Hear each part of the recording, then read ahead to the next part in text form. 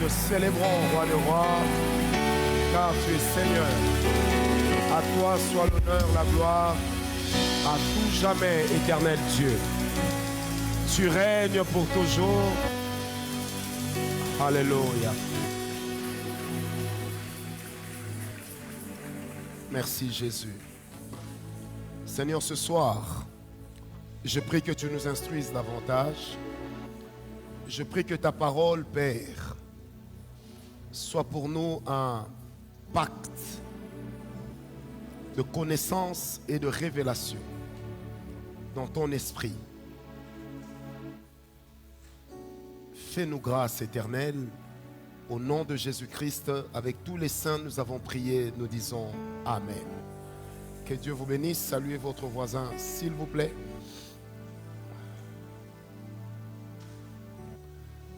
Que Dieu vous bénisse. Amen, amen. J'étais en train de dire que Dieu vous bénisse. Bonsoir à tout le monde. Soyez bénis. Lorsque la mort vient de l'homme, point C. Lorsque la mort vient de l'homme, qu'est-ce que cela veut dire? Et comment est-ce que cela passe pour travailler? Lorsque la mort vient de l'homme. Et aussi lorsque la mort vient des hommes. Amen, amen. Je commence le point C1. Lorsque la mort vient de l'homme, sous-entendez, lorsque la mort vient de vous-même. Comment est-ce que vous allez savoir que la mort est en train de venir par vous-même? Comment est-ce que vous saurez que la mort est en train de vous biper et de vous pousser à ce que vous puissiez mettre un terme à votre vie? Prenez avec moi Éphésiens 4, verset 27. Éphésiens 4, verset 27.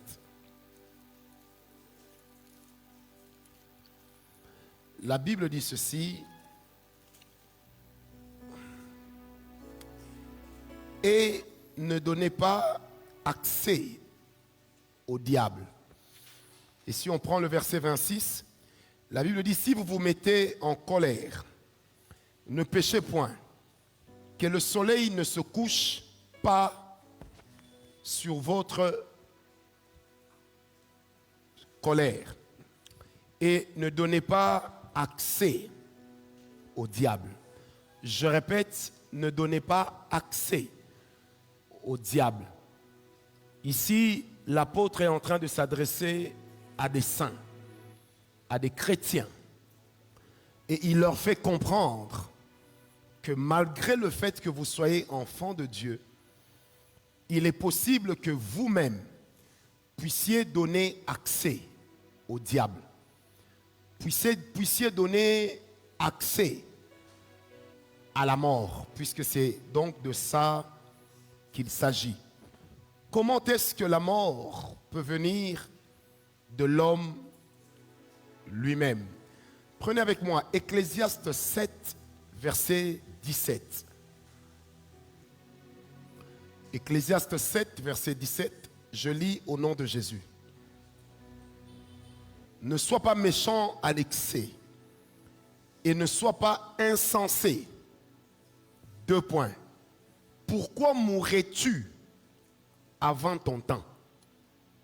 Ne sois pas méchant à l'excès et ne sois pas insensé. Pourquoi mourrais-tu avant ton temps? Ici, vous comprenez déjà que l'homme lui-même est capable de mourir avant son temps, est capable de travailler et de croiser les griffes de la mort, alors que ce n'était pas son temps. Ne donnez pas accès au diable. Au verset 26 d'Éphésiens 4, on a parlé de la colère. Je n'aurai pas beaucoup de temps de tout développer, je prendrai juste quelques points. On a parlé de la colère au verset 26.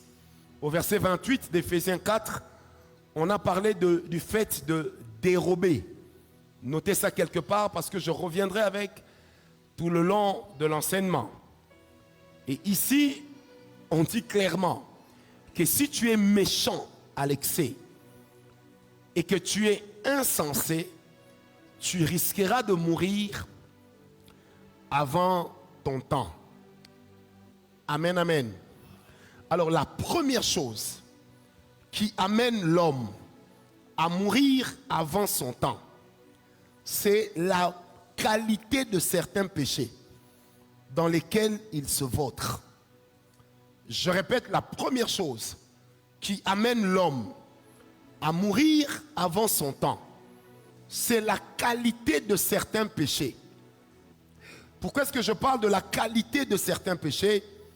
Parce qu'il est de ces péchés qui sont fédérateurs, collaborateurs d'un esprit de mort que vous-même vous allez inviter. Or, n'oubliez pas que depuis le premier jour, je vous avais dit, la chose qui ouvre l'accès à la mort sur la terre, c'est d'abord le péché. Et la Bible dit, l'âme qui pêche, c'est celle qui... Ce qui veut simplement dire que l'un des moyens pour lutter contre la mort, c'est aussi de se sanctifier. Alors, il existe des péchés de haute qualité, lesquels malheureusement ont la capacité d'emmener la mort et de le faire sans raccourci. Le premier péché, c'est la colère. Puisque nous l'avions lu, je commence par là. La colère ou l'irritation intérieure, le fait qu'une personne se mette en colère, s'irrite, ça va ouvrir son cœur et ça donnera accès au diable. Il est normal de se mettre en colère, mais il est anormal de vivre sous la colère. Il est anormal. Et la Bible est claire, il ne faut pas que le soleil se couche sous ta colère. Parce que le lendemain, c'est un nouveau jour. Et le lendemain ne doit pas régler les problèmes d'hier. Bien-aimés, ne donnez pas aux gens le privilège de vous garder en colère. C'est un privilège que vous donnez au diable. Ne leur donnez pas ce privilège-là. N'oubliez pas que dans Proverbe 4, verset 23, la Bible dit ceci: garde ton cœur plus que toute autre chose, car c'est en lui que l'on trouve les issues de la vie, les sources de la vie. Le point le plus sensible dans la vie de l'homme, c'est dans son cœur. La colère ouvre une porte vers ton cœur. Parce que celui qui est fâché se dévoile. Je connais des gens qui se sont suicidés à cause de la colère. On lui a interdit de sortir. Elle s'est énervée. Sous la colère, elle est entrée dans la salle de bain. Eh bien, elle a bu de l'eau de Javel. Et elle est morte. Je connais quelqu'un personnellement qui est décédé comme cela. La colère. J'ai un morceau de film dans mon iPad. C'est un film qui a connu un grand succès. Une femme s'est disputée avec son mari. Sous la colère, le mari a démarré la voiture. Il a accéléré sans regarder. Et donc, il y a eu une collision avec une autre voiture. L'homme est mort. Quand on amène le monsieur d'abord à l'hôpital, quand le médecin dit il est mort, la femme s'en voulait. Pourquoi je l'ai mise en colère? Pourquoi est-ce que nous nous sommes disputés? Pourquoi est-ce qu'il partait sous la colère? En fait, la colère a la capacité de baisser vos réflexes. La colère baisse votre prudence. Une personne qui est en colère, surtout quand cette colère est à l'excès, n'oubliez jamais, j'ai toujours dit, le diable se cache derrière nos excès. Même moi qui vous parle, c'est normal qu'on se fâche. Mais quand tu donnes libre cours à ta colère de s'exprimer, tu peux ouvrir la porte à la mort. La colère peut entraîner l'accident. Ça peut entraîner des disputes avec une personne qu'il ne faut pas et qui peut te maudire. Et cette malédiction va entraîner ta mort. C'est pourquoi même vous qui êtes mariés, évitez de mettre l'autre en colère. Évitez aussi de vous mettre en colère. Parce que la colère a toujours des conséquences. La dernière fois que je me suis sérieusement mise en colère, je suis tombé malade pendant 6 mois. Et à l'hôpital, on ne découvrait rien. Jusqu'à ce que le Seigneur m'a dit, tu dois abandonner la colère. Et donc l'homme gentil que vous voyez ici, quand je me mettais en colère, et c'est arrivé en 98, 98, quand je me mettais en colère, la première chose que je perdais, c'était la maîtrise. C'est-à-dire, moi, quand je me mettais en colère, j'oubliais qui est qui en face de moi. Et comme Dieu m'avait fait cette petite grâce d'avoir une force physique, donc je pouvais faire des choses que je regrettais après. Un jour, il y a mon jeune frère qui m'a énervé. À l'époque, j'étais encore un bon sanguin. Vous savez, quand je me suis levé pour aller vers lui, le rêve que j'avais fait la nuit est réapparu. Tout de suite. Lequel était-ce? J'avais rêvé qu'il m'a mis en colère. Alors je me suis approché de lui. Comme il sait que je suis droitier, je l'ai feinté de la droite. Il a tout de suite fait ça. Je lui ai balancé l'hypercute avec la main gauche. Et il a sauté. Il est tombé sur le coin de la table de la télévision. Sa mâchoire était brisée et on m'a arrêté. Alors quand je me suis levé pour aller le tabasser, ce rêve est revenu. Vous savez que j'ai seulement fait ça, je suis passé. J'ai compris que la colère pouvait m'emmener en prison. Et on ne parle pas d'une prison de la Bundes. On parle d'une prison à la congolaise, à l'époque. À la zaïroise d'ailleurs. Est-ce que quelqu'un me comprend? Donc la colère peut aussi conduire une personne au suicide. Ça peut conduire. Moi je connais une famille, quelque part à ma campagne. La fille dit, papa, je vais aller au Fancifère avec mes amis. Les Fancifères ont été remplacés par les... Vos histoires ici, comment on appelle ça? Kermesse. Son papa a dit, tu ne pars pas. Moi, je vais partir avec mes amis. Mon papa a dit, tu ne pars pas. Papa, non, tu ne pars pas. Et donc, la petite est entrée dans la salle de bain. Elle a pris l'eau de Javel. Elle a bu cela à plein gosier. Le temps qu'on intervienne, ses intestins étaient déchiquetés. Elle était morte. Quelqu'un dira pour une si petite chose, oui. C'est ça le drame de la colère. C'est que la colère ouvrira la porte à la mort de plusieurs façons, de plusieurs manières. Dis à ton voisin, attention à la colère. C'est pourquoi moi je suis toujours sidéré. Lorsque des enfants de Dieu se vantent de leur colère, je suis toujours sidéré. Parce que la colère peut t'amener à la morgue. Tu vas te fâcher, il y a un esprit de mort qui rôde dans les environs. Et bien qu'est-ce qu'il va faire? Il va s'accaparer de toi. Et il va nuire à ta vie. Attention à la colère. Deuxième chose, deuxième péché grave qui conduit à la mort, c'est voler ou encore dérober, dont on parle dans Éphésiens 4, verset 28. Voler ou dérober. Bien-aimé, d'ailleurs j'en parle tous ces jours-ci sur Zoom à partir de 21h30, même si je remarque que de Kinshasa, très peu de gens se connectent. Vous savez, vous allez prendre quelque chose qui appartient à quelqu'un.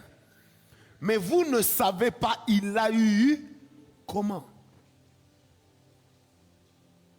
Au premier pillage de 91, 91, il y avait un musicien qui était passé à la télé. Il a dit, on a pillé chez moi, ça fait rien. Rendez-moi mes chaînettes, mes bijoux. Celui qui va voler mes bijoux verra ce qui lui arrivera. Bien-aimé, attention à la colère. Dans mon quartier où j'ai grandi, il y a un homme qui vendait sa maison.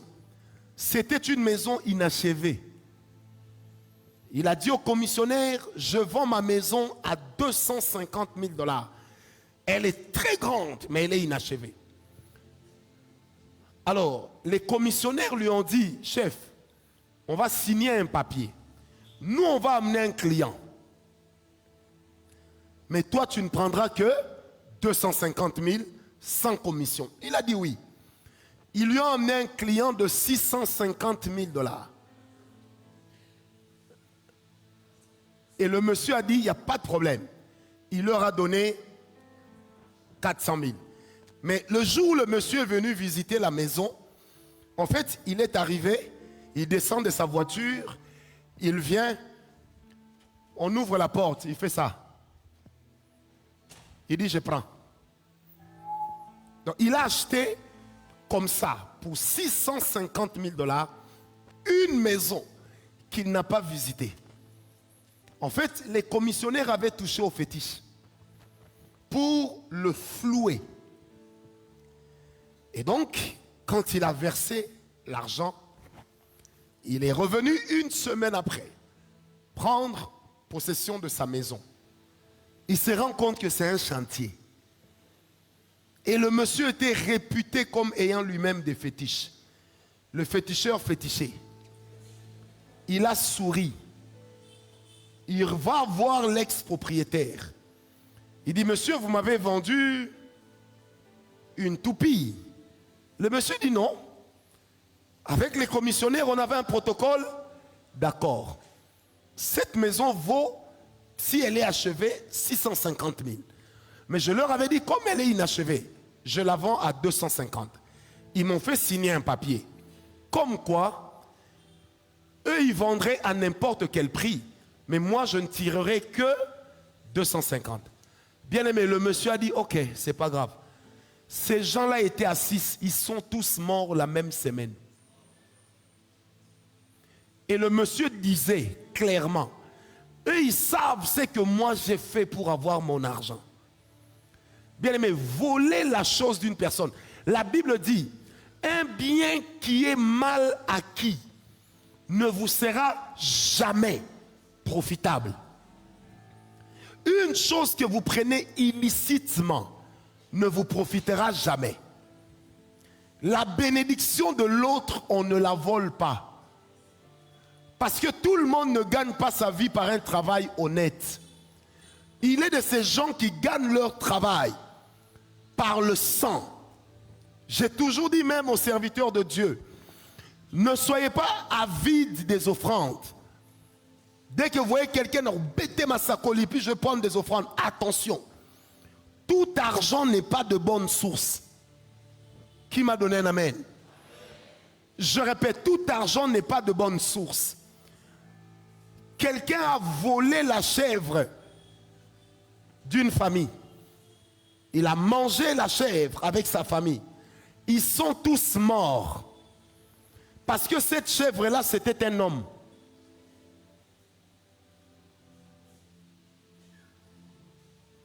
Un voleur s'est introduit dans une maison.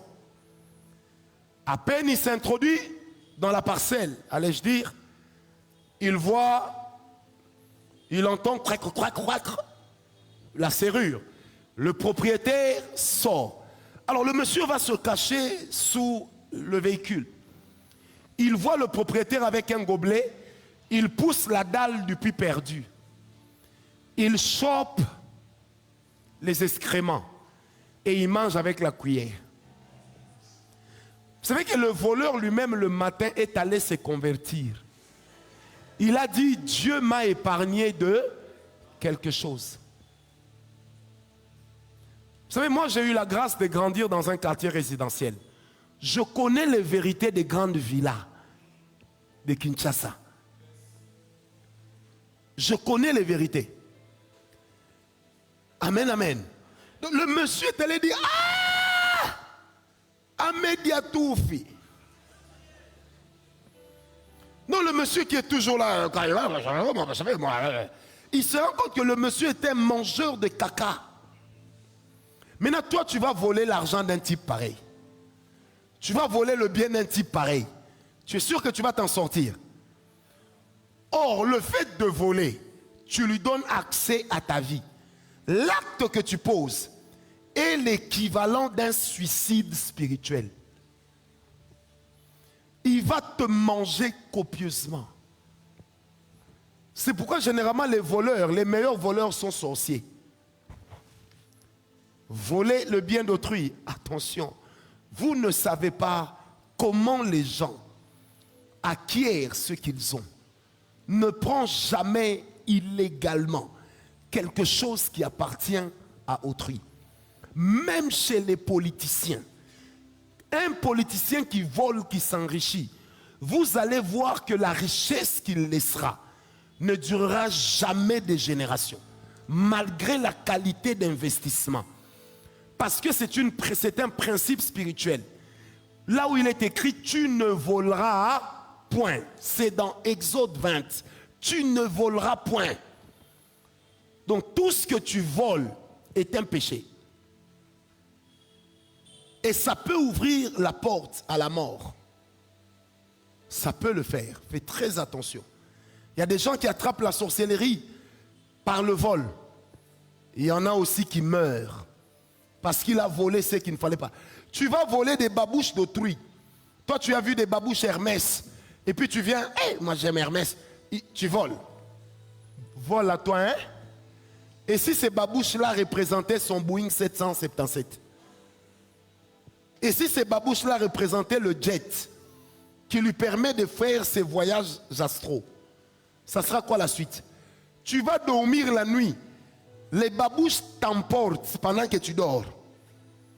Et puis tu commences à rêver de toi dans un autre monde. Bien-aimé, fais très attention. Parce qu'il est de ces choses qui sont compliquées. J'ai eu un ami qui est mort. Je n'oublierai jamais comment ça s'est passé. Il est venu toquer à la fenêtre de ma chambre. Je dormais avec un de mes grands cousins à l'époque. Il nous a dit, mais regardez ce qui m'est arrivé. Je suis parti à l'université et à mon retour, j'ai vu qu'on avait cassé la porte de ma chambre. On m'a tout volé. Et il dit, le voleur a tout pris, mais il a laissé ses babouches devant la porte. Et donc il nous montre, regardez, ce sont les babouches qu'il a laissées. Je lui ai dit, mais tu ne pouvais pas mettre ça. 2 semaines après, méningite. Et crise de folie. Et dans sa folie, il disait, trouvez-moi seulement la personne qui a pris mes habits. Trouvez-moi la personne qui a pris mes habits. Et lui-même ajoutait, pourquoi j'ai porté ces babouches? 3 semaines après, il est mort. Enterré, frère en Christ. C'est pourquoi vous qui avez l'habitude de venir voler dans l'église, on ne vole pas tout le monde et on ne vole pas partout. Il y a des gens, tu voles son histoire, attention. Moi, j'ai connu une famille avec laquelle j'ai grandi, j'étais ami à un de leurs fils qui est mort. Chez eux, les voitures apparaissaient au garage. C'est-à-dire, la Mercedes sort nouvellement. Le papa va acheter la Mercedes à Paris. Ça ne passera par aucune frontière. Ça va apparaître à la maison le matin. Maintenant, toi, tu voles une Mercedes pareille, qui a passé les intempéries spirituelles, qui a traversé l'océan sans bateau. Et toi, maintenant, tu viens, tu voles. Dis à ton voisin, arrête de voler si tu voles. Dis-lui ça, Nadia, arrête de voler si tu voles. Dis-lui ça. Amen, amen. Vous savez, j'ai un ami, encore un ami, moi j'ai toujours des témoignages. Leur père travaillait chez un blanc. Et donc, le père a laissé des cigares de la Havane. Il y en avait 6. Lui, il a piqué un cigare. Alors, le matin, le père, avant d'aller au travail, il vient, il regarde son paquet de cigares, il se rend compte qu'il y a un cigare qui n'est pas là. Il dit à sa femme, chérie, qui a pris le cigare? La femme dit, mais je ne sais pas. Bien-aimé, le temps qu'on aille chercher qui a pris le cigare, le fils sort de la chambre lui-même comme ça. Il est devenu fou.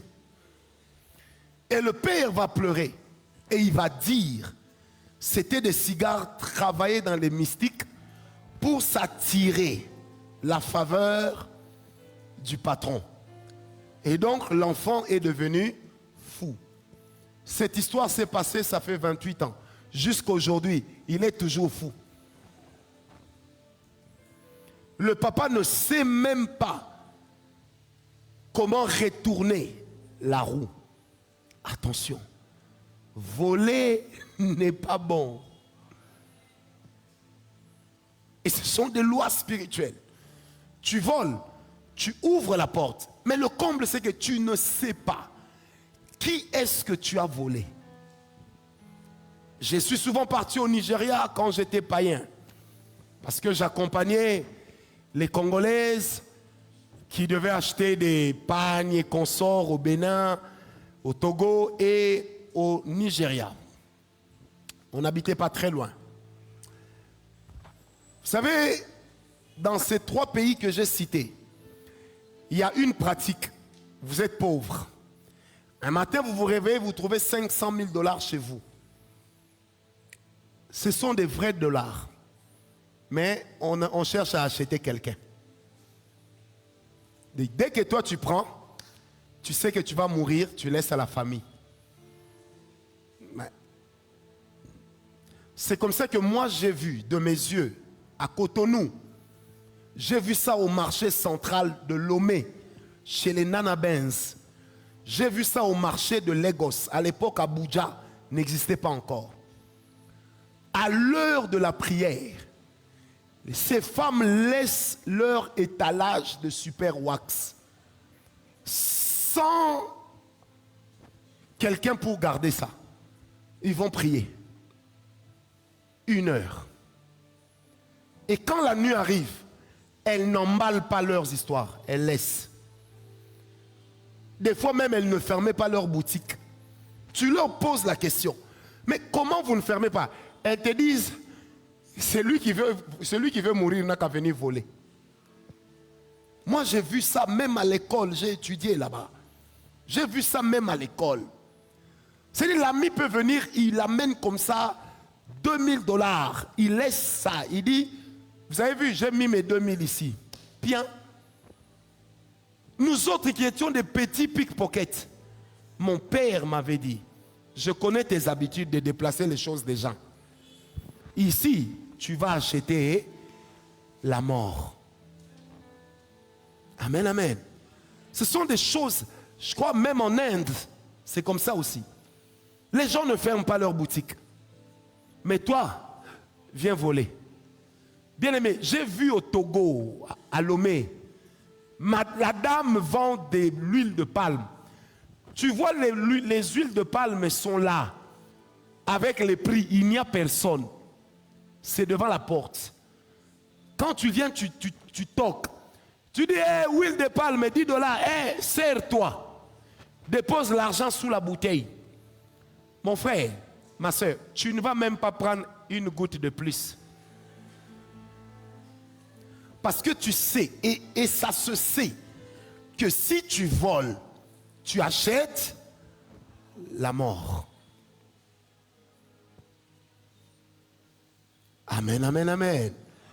Est-ce que quelqu'un jusque-là est en train de me comprendre?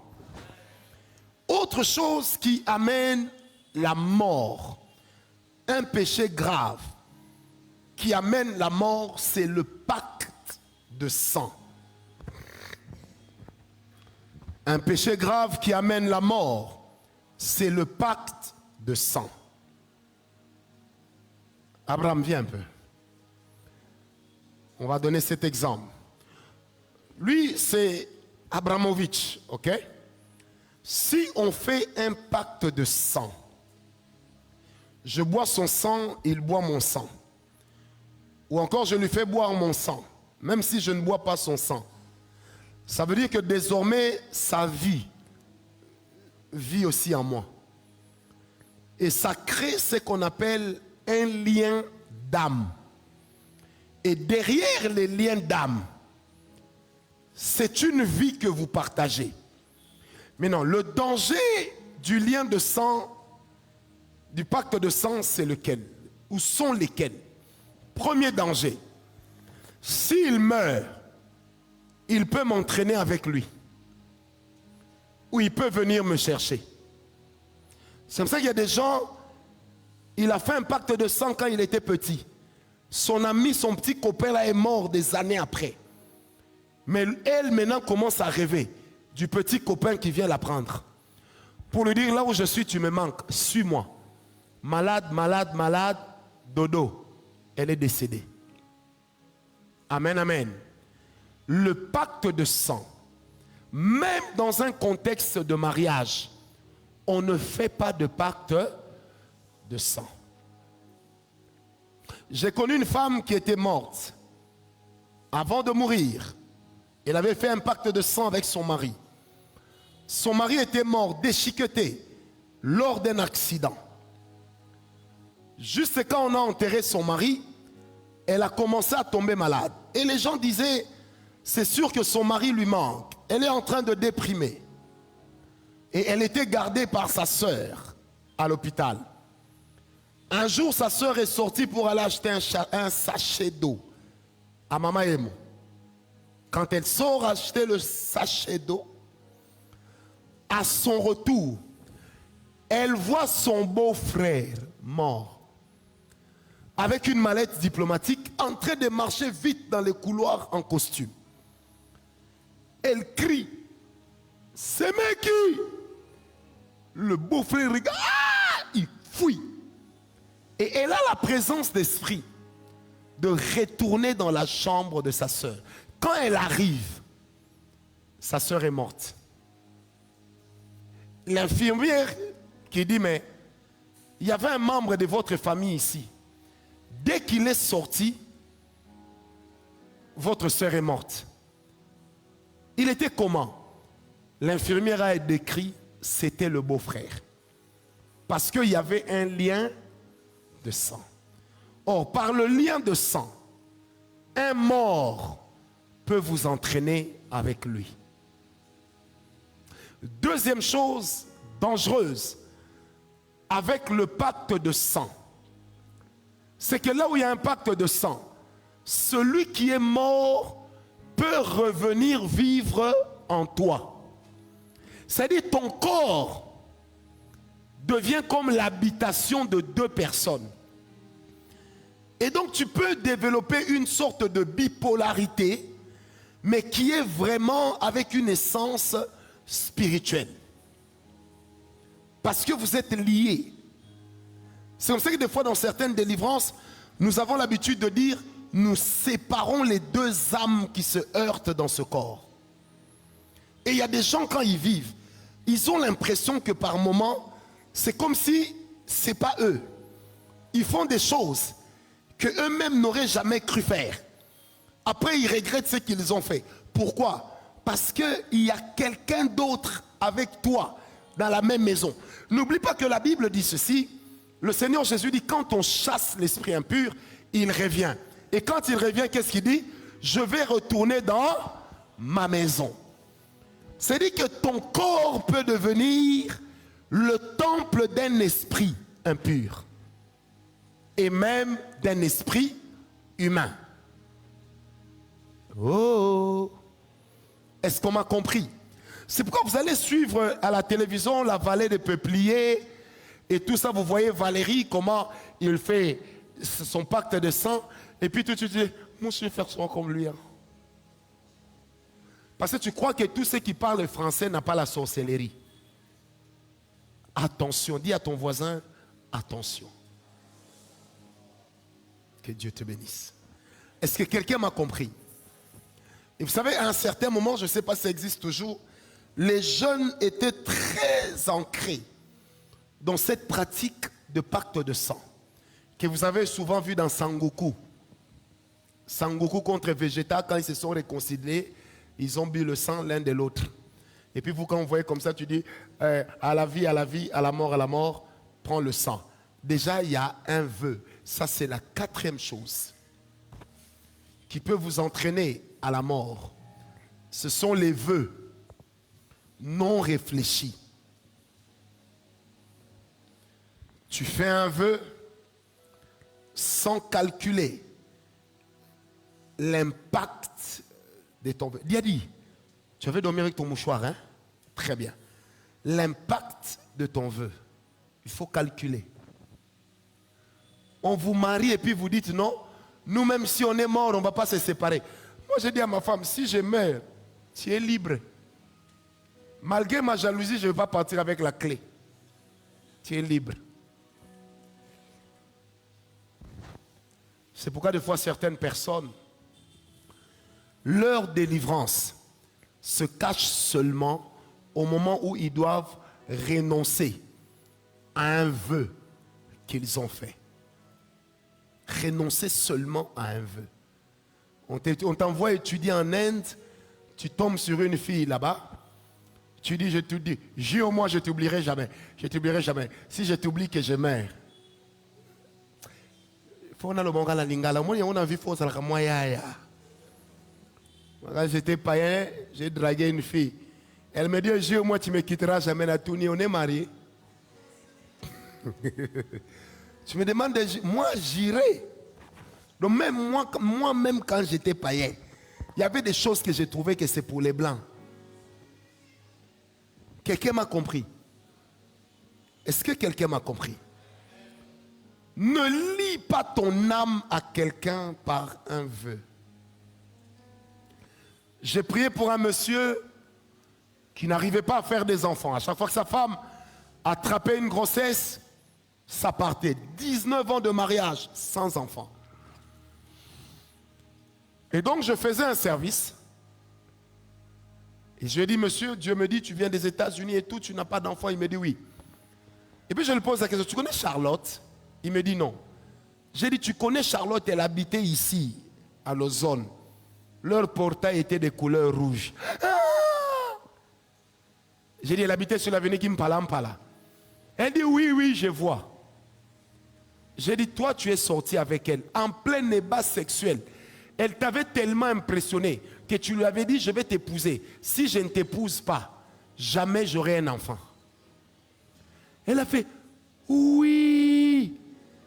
J'ai dit, jamais tu auras un enfant. Et c'est là où on en est. Tu dois renoncer à ce vœu. Elle a renoncé à ce vœu. Il a renoncé et aujourd'hui, il a 2 enfants.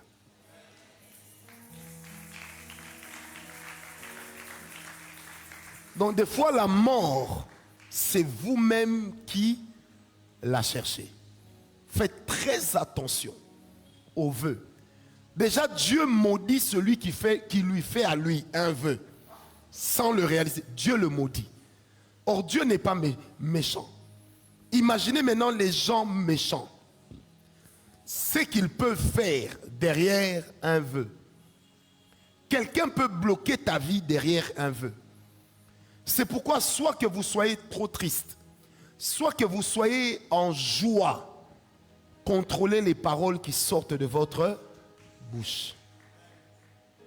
Contrôlez les paroles qui sortent de votre bouche. Ne vous condamnez pas. Non, si je ne t'épouse pas, que je meure. Tu vas aussi mourir. Seigneur, je te donne ma vie. Seigneur, le jour où je vais tomber dans l'impudicité, Seigneur, en tout cas, tue-moi. C'est ce qu'on appelle un vœu insensé. Seigneur, si j'avorte un jour, que je meure, c'est un vœu insensé. Tu ne sais pas jusqu'à quel point Dieu prendra ce que tu as dit au sérieux. Et qu'est-ce que cela pourra entraîner? comme répercussion lorsque tu n'auras pas accompli ton vœu. Pendant que je parle, je vous donne le temps de réfléchir sur les vœux non réalisés. Ça peut entraîner la mort. Amen. Quantième chose, hein? Sixième. Dis, mon cher, est-ce que je suis dans vos notes? Bon, 80e clé. Ou sixième chose, cinquième qui ouvre la porte à un grand péché. Ce sont des paroles fortes, mais dites à la légère. Je les ai séparées des vœux.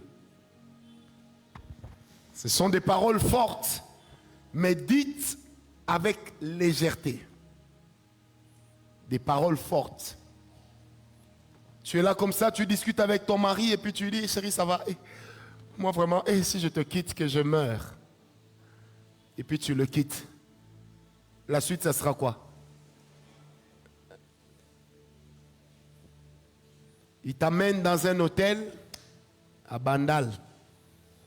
Il te donne 10 000 $. Comme tu vois seulement 10 000 $ à la télé. Il te dit, jure-moi que tu m'appartiens. Écoute toi aussi, je t'appartiens. Là, tu dors même les yeux, je t'appartiens. Tu crées un lien d'âme. Ce qui fait que le jour où tu te sépares, il vient seulement bouger ses paroles. Parce que n'oubliez jamais que les paroles créent une réalité dans laquelle on peut vivre. Et généralement, nos paroles sont récupérées par des esprits impurs qui peuvent venir nuire. Fais très attention. Les paroles dites à la légère. On est en train de jouer. Dis avec moi que tu seras toujours mon chef. Si le jour où tu seras plus, le jour où je ne te serai plus soumis, que je meurs. Et puis toi aussi tu dis ça en te disant, ce n'est qu'un jeu après tout.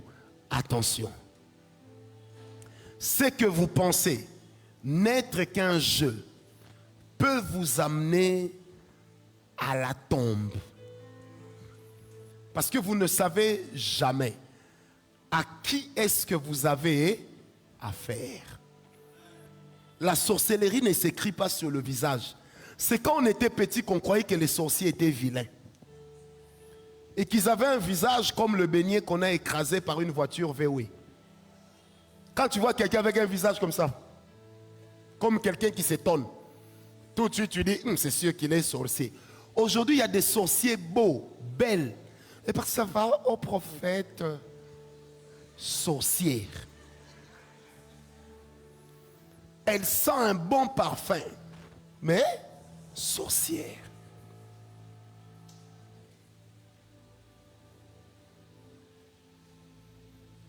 Est-ce que quelqu'un m'a compris? Il met un beau costume Tom Ford, mais quand même est sorcier. Faites très, très attention. Sixième porte. C'est sixième, hein? Ah, vous aussi, vous exagérez. Septième porte. Maman. Écrit sixième. Bon, autre porte. Qui peut entraîner la mort par vous-même? C'est l'acceptation de certains cadeaux. Les gens ne vous feront pas toujours des cadeaux avec désintéressement. Il y en a quand ils vous font des cadeaux, ils savent ce qu'ils cherchent. Vous savez, un jour j'ai voyagé pour les États-Unis. Je devais aller prier pour une dame. Elle était dans de graves problèmes. Je lui ai dit, écoute, je n'ai pas l'argent du billet, mais tu me payes le billet, tu me payes mon hôtel, je viendrai prier. J'ai prévenu ma femme, elle était d'accord. Elle m'a payé le billet, elle m'a payé mon hôtel, je suis allé, je suis resté 3 jours et je suis revenu, j'ai fait mon travail. Quand je voulais partir, cette jeune fille est venue me voir. Elle avait un lot d'à peu près 7 sacs très coûteux. Il y avait Hermès, Louis Vuitton, il y avait ces belles histoires-là. Et puis elle me dit, papa, j'ai 3000 $ d'offrande, mais j'ai aussi les sacs que j'aimerais donner à Dieu. Vous savez, tout de suite, je lui ai dit, donne-moi seulement ce que tu as prévu de me donner, parce que je ne fais pas payer mes services. Elle m'a donné 3000 $. Et puis elle insiste, elle dit, papa, prends aussi ces sacs. Mon cœur me dit, ne prends pas. J'ai dit, non, je ne prends pas. Ça coûte trop cher pour une fille de ton âge. Je ne sais pas comment tu as fait pour les avoir. Elle a insisté pour que je prenne les sacs. Mon cœur a refusé.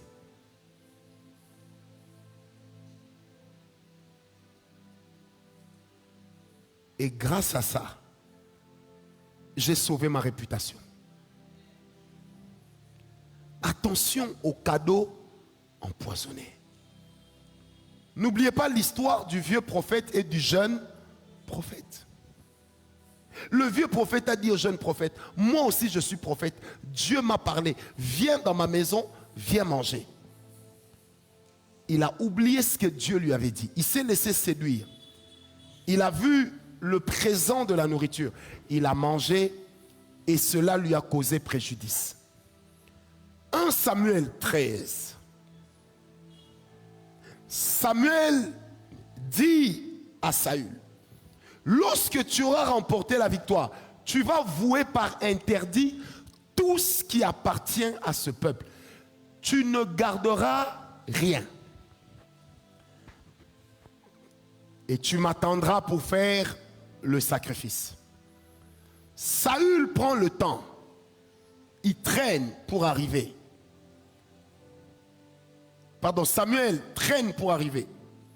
Saül dit non. Puisque les gens sont en train de me presser, je vais faire présenter le sacrifice. Il va présenter le sacrifice. Quand il finit, Samuel arrive. Samuel lui dit, on doit présenter le sacrifice. Il dit, non Samuel, je l'ai déjà fait. Samuel lui dit, mais tu ne sais pas que l'obéissance vaut mieux que le sacrifice.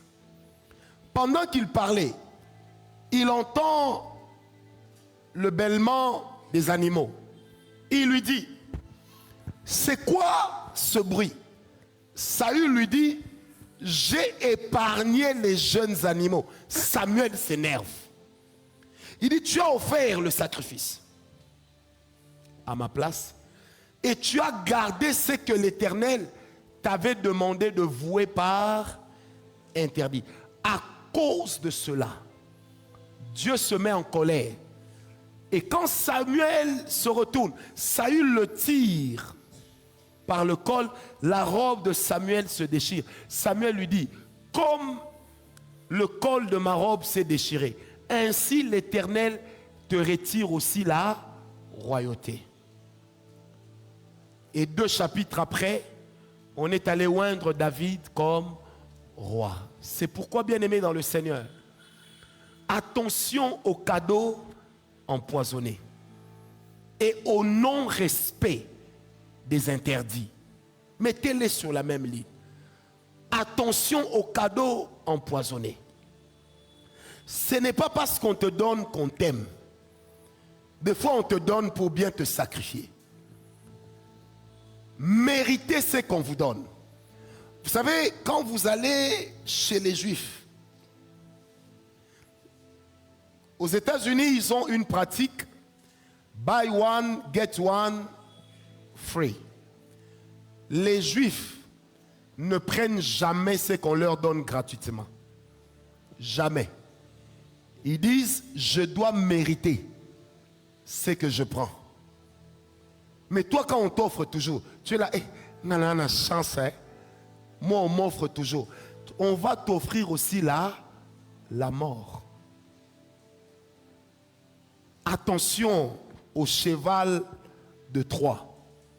Ça sera beau Mais peut-être que c'est toute l'armée des Troyens qui se cache dans ce cheval. Faites très attention. Le diable est méchant. Le diable est mauvais. Un petit cadeau. J'ai connu une jeune fille. Un homme l'a prise en route. Elle faisait de l'autostop. Ce monsieur la prend, font un tour et tout. Elle est impressionnée par la voiture. Ce monsieur l'amène manger. Et puis ce monsieur lui offre un coffret de bijoux Chopard. Ça fait genre. Et cette fille était une enfant de Dieu que je connaissais personnellement. Donc, à un moment quand la conscience chrétienne revient, elle se dit non, cet homme n'est pas mon mari, c'est le mari de quelqu'un. Elle va dire à cet homme, en tout cas entre toi et moi, c'est fini. Et elle lui remet son coffret Chopard. Toutes les nuits, elle commence à rêver de ce monsieur qui était un Libanais, qui vient lui dire, rends-moi mon coffret. Elle dit, mais je t'ai déjà rendu ce coffret. Elle dit non. Il dit non, puisque tu avais porté mes bijoux, parce que tu avais accepté mon cadeau, tu m'avais donné ta vie. Cette fille a commencé à souffrir de céphalée. Au bout d'un mois, elle est décédée. Et à la veille de son décès, elle va raconter à sa mère la vérité. La mère s'est rendue compte que sa fille était en train de mourir à cause d'un cadeau. Bien-aimés, j'aimerais que Dieu vous accorde la grâce d'apprendre à refuser des cadeaux que votre cœur n'agrée pas.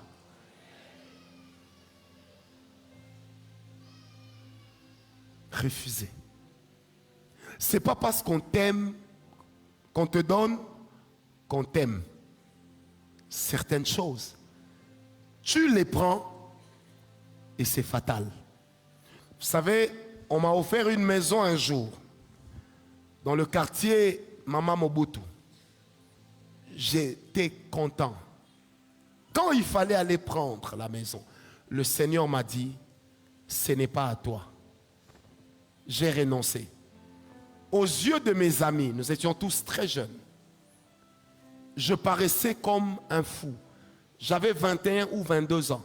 C'était après un service. Je paraissais comme un fou. Mais c'est plus tard que j'ai compris pourquoi le Seigneur ne voulait pas que je prenne ce cadeau.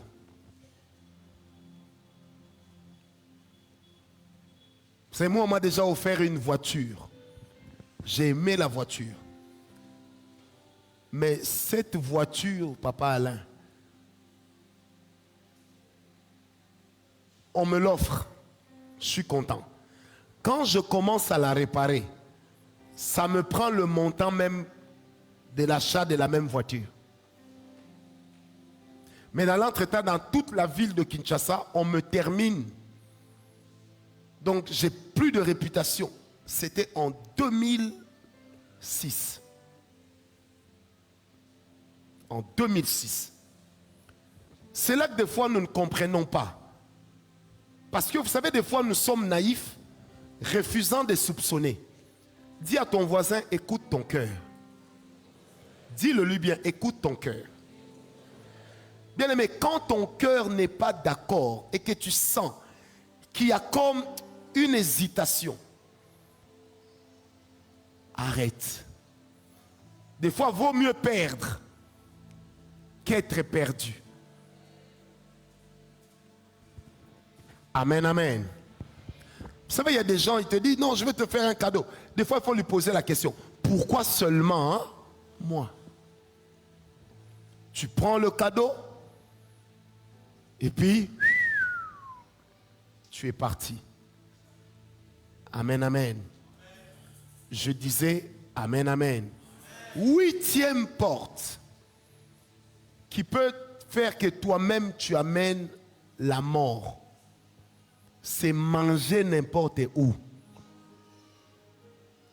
et chez n'importe qui. Vous savez, il y a des gens qui croient que le bonheur sur terre, c'est manger. Dès que vous savez, il est de ces gens.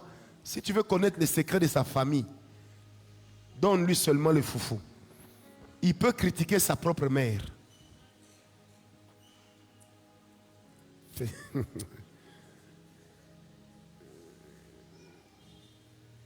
Faites très attention. Amen, amen.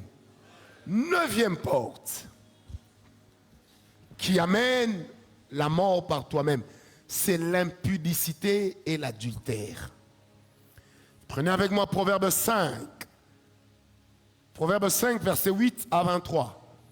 Notez, je vais vous faire part de quoi il s'agit, parce que je sens dans mon esprit un grand besoin de prier.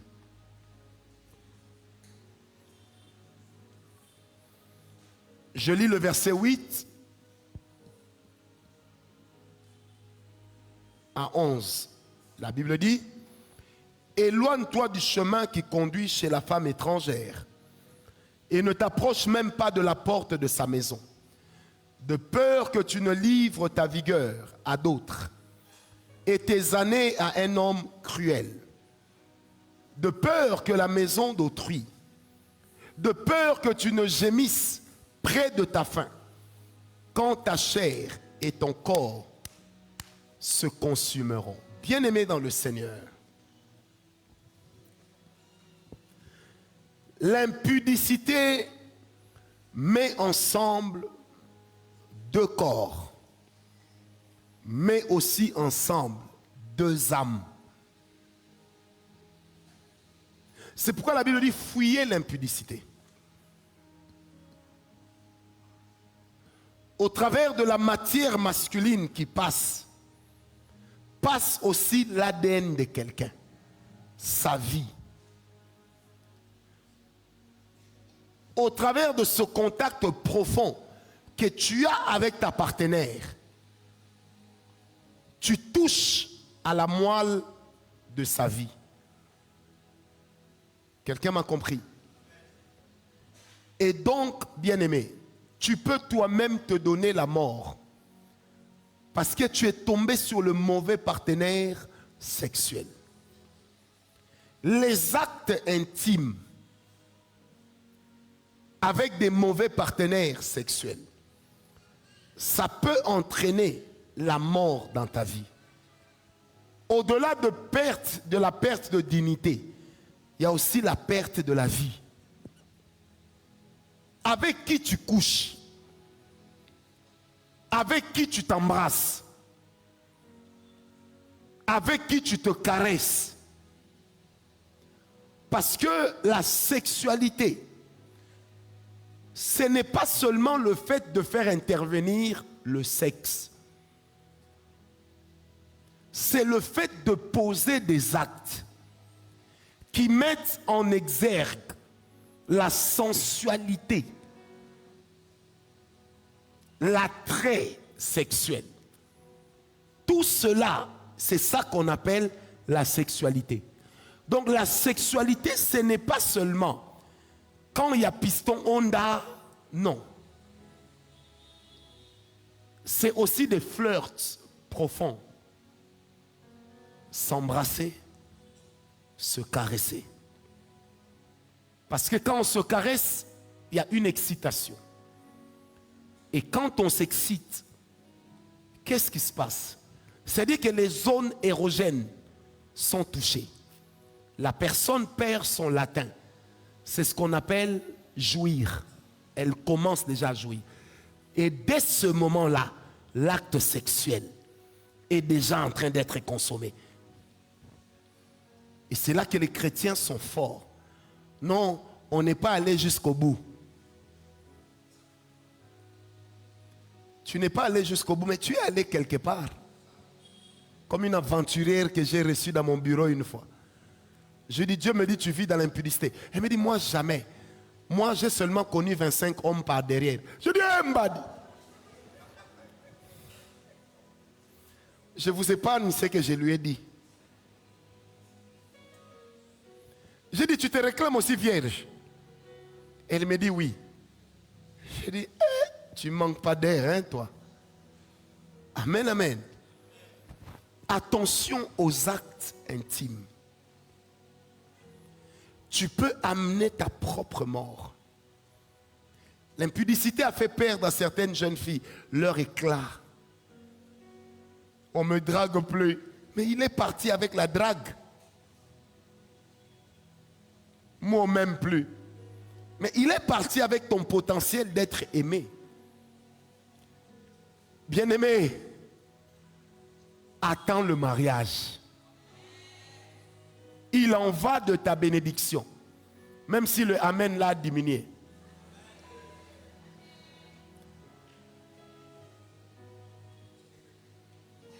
Toutes les mains qui caressent ne sont pas toujours les mains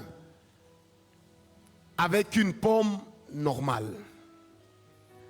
Toutes les langues qui t'embrassent ne véhiculent pas que la salive. Il y a des langues qui véhiculent le venin. Qui m'a donné un amen?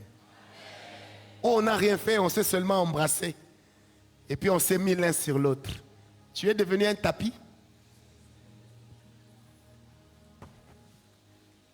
Faites très attention. On m'a amené une jeune fille un jour, paralysée, à cause de l'impudicité. Une jolie jeune fille. Elle ressemblait au macaroni,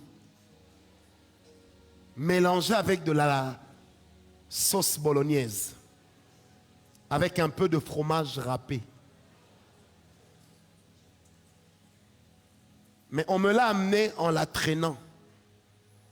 Quand elle entre, j'ai dit, mais maman, tu as couché avec qui?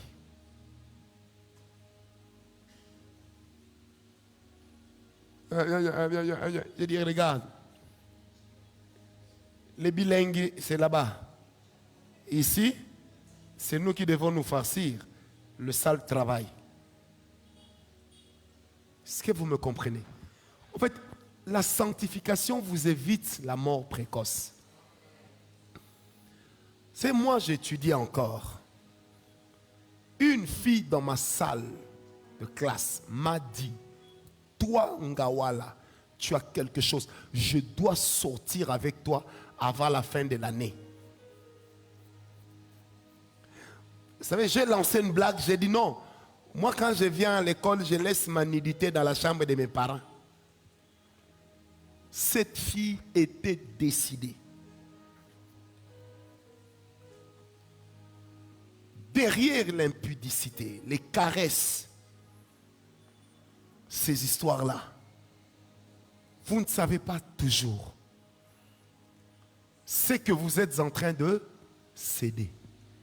Vous savez, des fois, derrière certains péchés, c'est comme si le péché était, la mort était assise. Et puis toi-même, tu viens. Tu dis, mort, tu la prends, tu l'amènes chez toi. Et puis on apprend que tu es mort d'une mort subite. Ça s'est passé ici, quelque part à Limété. Une jeune fille avait son copain. Et puis elle a commencé à sortir avec un vieux monsieur. Le monsieur lui donnait beaucoup d'argent. Un jour, le monsieur lui a donné 5 000 $. Et puis le monsieur lui dit, j'aimerais que tu me rendes un service. Elle dit, lequel? Quand tu partiras, va coucher avec ton copain. Pour elle, c'était de la blague. Elle est partie, elle a couché avec son copain. Le lendemain soir, on est venu lui dire que le garçon est mort. Son premier réflexe, c'était, ah, je l'ai tué. Faites très attention. Tous les hommes, toutes les femmes ne sont pas toujours des humains normaux. Ne vends pas ton âme au diable à cause d'un péché sexuel. Ne vends pas ton âme à la mort. Parce que certaines personnes que vous voyez sont des autels spirituels. Tu l'apprends comme ça. Tu perds tes chances de te marier. Tu perds tes chances d'accoucher ou de concevoir. tu perds ta virilité, tu perds ton intelligence, tu perds ton sérieux, tu perds ta concentration. Surtout vous qui avez l'habitude de dire, on n'est pas allé jusqu'au bout, c'est suffisant. Allez demander à Judas, fils de Jacob, comment est mort son enfant. Il vous dira. Allez demander à David, comment est mort Amnon à cause du péché de l'inceste. Absalom va le tuer. Bien-aimé, notez bien, celui qui pratique l'inceste dans votre famille, c'est l'ambassadeur de Satan.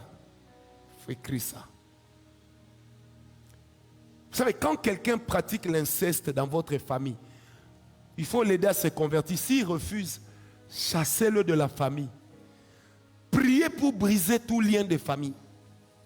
Parce que ce sont des abominations qui maudissent les familles, qui entraînent des fois des morts précoces. Et si toi, tu ne trouves pas plus bel homme que ton cousin, plus belle femme que ta sœur, tu es ambassadeur privilégié de Satan. Tu fricotes avec la mort.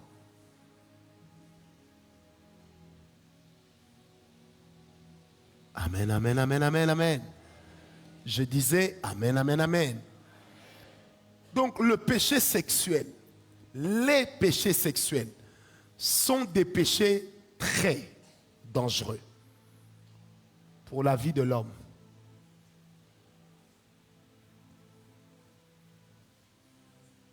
Vous savez, j'étais célibataire, désespéré, rien ne marchait.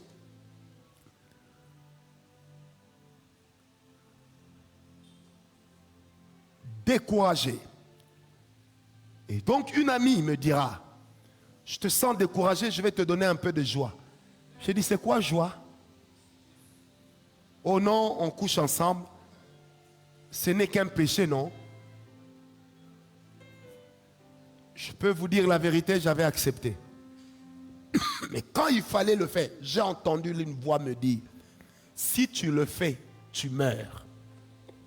Frère, Dieu merci, je ne m'étais pas déshabillé. J'ai sauté le mur. Au lieu de rentrer à la maison, je suis allé à la retraite dans l'annexe d'un ami. Je suis resté 3 jours en jeûne et prière pour demander pardon. Est-ce que quelqu'un m'a compris? Attention au péché sexuel. Tu ne sais pas qui est ton partenaire. Mais tu ne sais pas aussi, il faut noter, quel est l'interdit de Dieu dans ta vie, hein, Joël? Quand tu ne connais pas l'interdit de Dieu dans ta vie, fais très attention. Le sexe est un interdit universel, mais pour lequel dans la vie de certaines personnes, Dieu peut y accorder une attention particulière. C'est-à-dire, tu peux avoir des amis banatombaka, mais ils se relèvent. Toi, tu essayes. Dieu t'abandonne.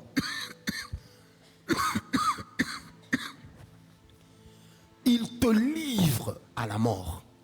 C'est pourquoi la Bible dit, ne donnez pas accès au... Dis à ton voisin, ne donne pas accès au diable.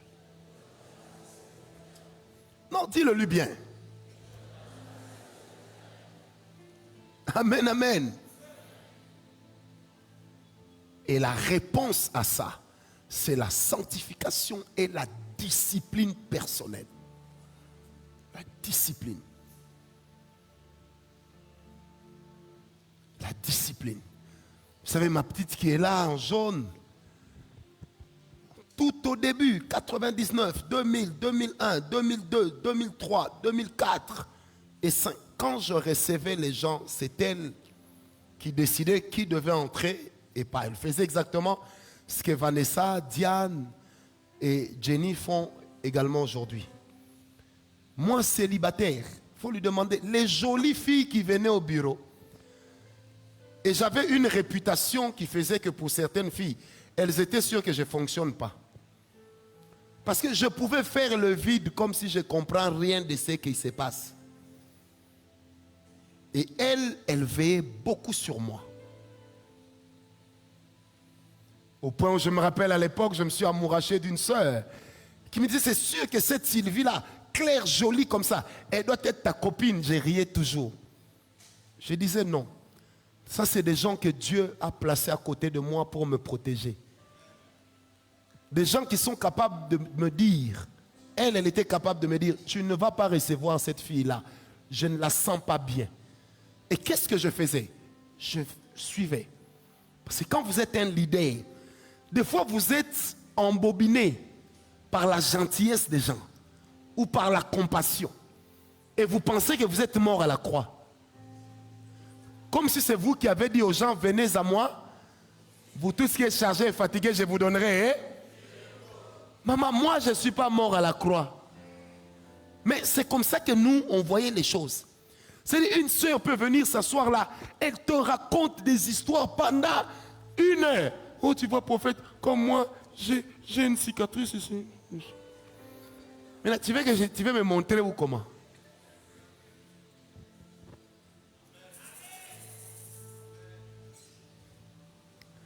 C'est pourquoi dans la vie, priez que Dieu vous donne des personnes bien. Priez que Dieu vous donne des bonnes personnes. Très important. Amen, amen. Je disais, amen, amen. Vous savez, chez moi à la maison, même mes travailleurs savent. D'ailleurs, je reçois les gens assez rarement. Quand je reçois une jolie femme, si leur cœur n'est pas tranquille, ils ont la permission de venir tout le temps toquer. Hein? Ils ont la permission. Parce que je leur dis, je suis un homme. Veillez sur moi. Veillez sur moi. Ton amen a baissé comme ça, pourquoi? Tu étais venu avec cette intention. Moi, quand je suis au Congo, une partie de mon corps reste au Canada.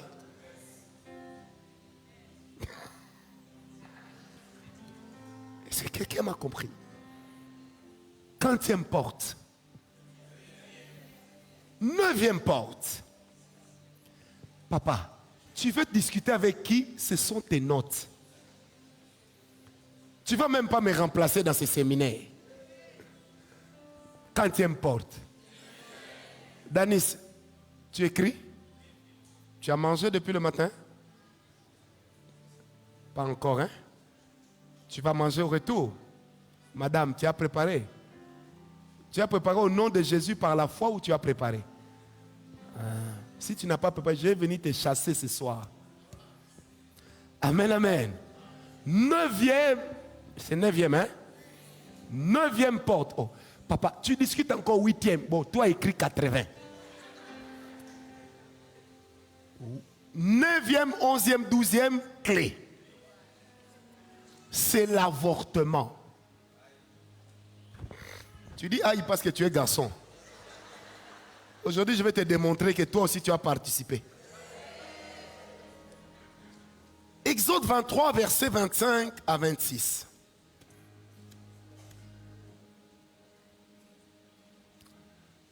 La Bible dit qu'on ne trouve personne.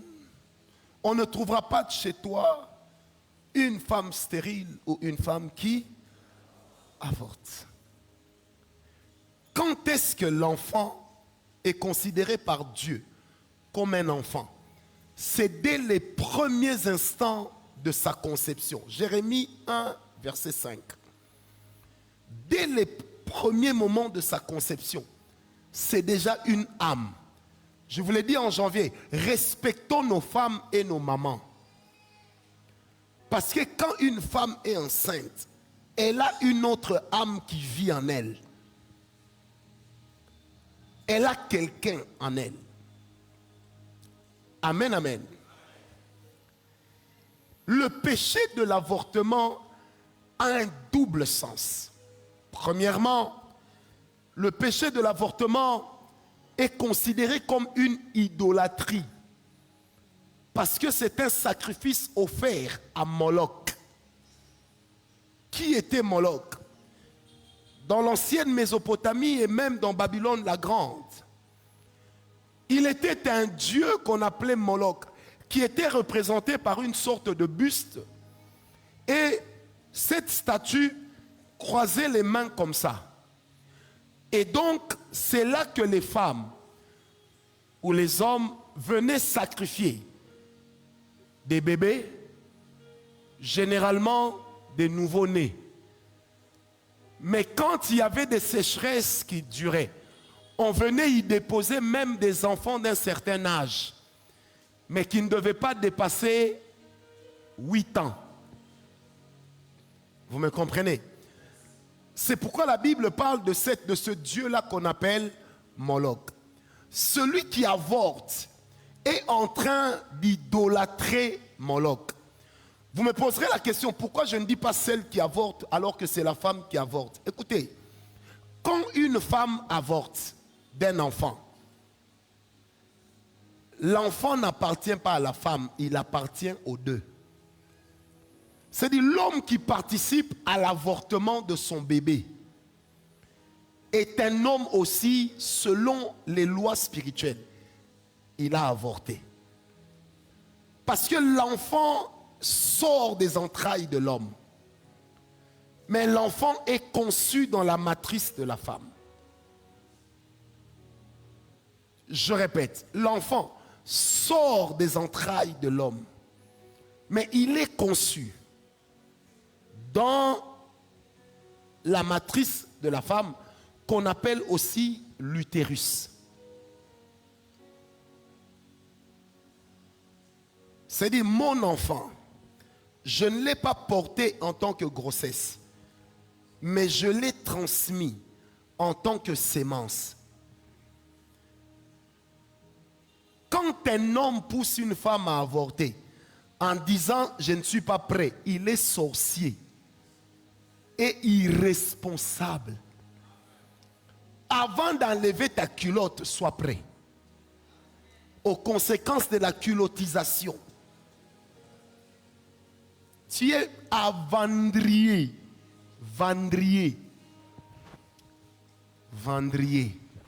C'est pourquoi il y a des gens, il a fait avorter sa copine. Comme ce n'est pas lui qui a porté la grossesse, il a oublié. Mais quand il arrive dans le mariage, il emmène avec lui un esprit de mort. Parce qu'une âme que tu tues, c'est comme le sang d'Abel.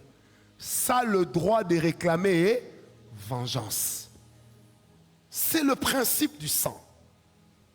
Quand tu avortes, l'enfant avorté peut réclamer vengeance. J'ai vu cela dans la délivrance. J'ai vu plusieurs fois des jeunes filles, et bizarre même des garçons, en pleine délivrance. Vous voyez la personne qui tombe, prend la position d'un fœtus. Et tout de suite, je sais que ça, c'est un enfant qui a été avorté, qui réclame la vie de sa mère ou de son père. Parce que quand un enfant naît, même loin de son père, dans son sang, il sait identifier son père. Ce sont des choses que la science ne peut pas expliquer. Mais la Bible dit le sang répond au sang.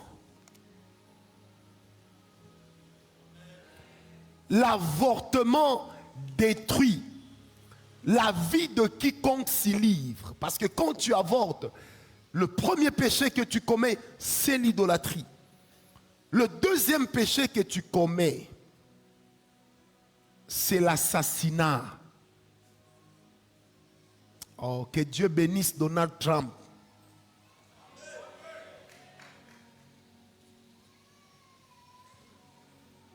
La personne qui avorte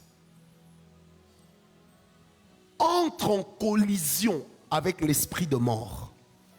Vous me poserez la question. Et les personnes auxquelles on oblige l'avortement par des médecins, même quand c'est le médecin qui vous fait avorter de force, parce que votre vie aurait été en danger, notez ce que je vous dis.